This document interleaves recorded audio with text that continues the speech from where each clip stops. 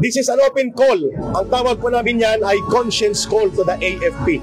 Hindi po kodita ang gusto naming mangyari. Hindi din po mutiny, kundi ang AFP must abide by their constitutional mandate. At ano po yung nakasaad sa konstitusyon? Article 2, Section 3. The armed forces of the Philippines shall be the protector of the state and the people. When the government, like what we are having right now under Marcos, does not serve the interests of the people, but rather facilitates the crime of plunder, it is only proper for the AFP to stand with the side of the people. Mapapadali ito lahat kung wala ng AFP sa likod ni Marcos. Pinipirmahan niya ang sindikato na budget na pinapalusot ng kanyang pinsan for the last 3 budget cycles.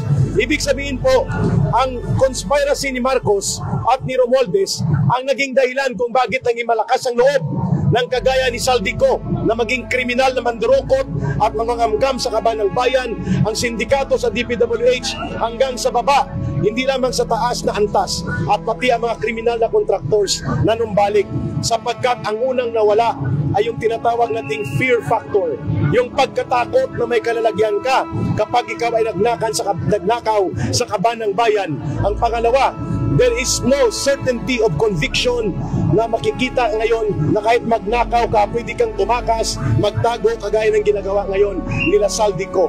Iyan ang ating dahilan kung bakit lahat ng ito mapapanagot natin kung mapapalayas natin si Marcos sa poder at kapangyarihan. Pero hindi sa pamamagitan ng karahasan, people power, na mapayapa, tuloy-tuloy, ngunit hindi tayo titigil na hindi siya bumababa. Pangalawa, mapapadali pong lahat ng ito kung dumagsa ang tao sa lansangan, mapipilitan ang Armed Forces of the Philippines to withdraw support from the Commander-in-Chief. Ito ang pinakamabilis na transisyon. Hindi tayo lalabas doon sa constitutional line of succession. Ibig sabihin po na sa batas pa rin ang pagkilos natin. Let the constitutional line of duty of the armed forces be their call of conscience. Ano po yun? That the armed forces of the Philippines shall be the protector of the state and the people. And Marcos and Romualdez are not the state. They are not the government either.